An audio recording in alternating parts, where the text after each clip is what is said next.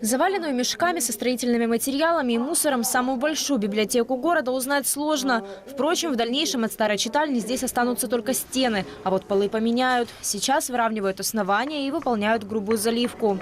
На тот момент, когда мы зашли в эти помещения, здесь был паркет. Проблема складывалась у библиотеки в том, что полы были залиты неровно, и под те стеллажи, которые стояли с книгами, приходилось что-то подкладывать. Я так думаю, из-за этого было принято решение выровнять полы, и поменять покрытие.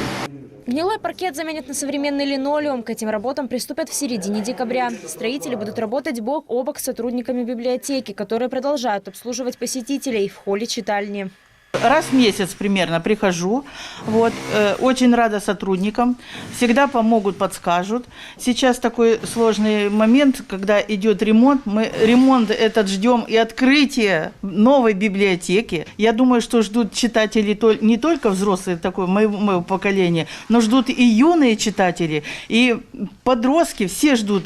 Ждать предстоит почти год. Сейчас ремонт на стадии черновых работ. Меняют батареи, штукатурят потолки. В январе приступят к отделке. В результате благовещенцам, в частности жителям микрорайона, подарят абсолютно новое пространство. Здесь можно будет местным авторам попробовать и опубликовать свою первую книгу, пробный сборник, пробное издание, и презентовать его широкой публике. То есть такая площадка, позволяющая объединить меценатов, которые хотели бы вложиться в выпуск книг, и, соответственно, литераторов начинающих. Книжный фонд библиотеки в 2021 году пополнится на 1600 экземпляров. Преимущественно это будет художественная литература. Откроет двери обновленная читальня в ноябре следующего года. Алена Лепкалова, Дмитрий Тарасов. Программа «Город».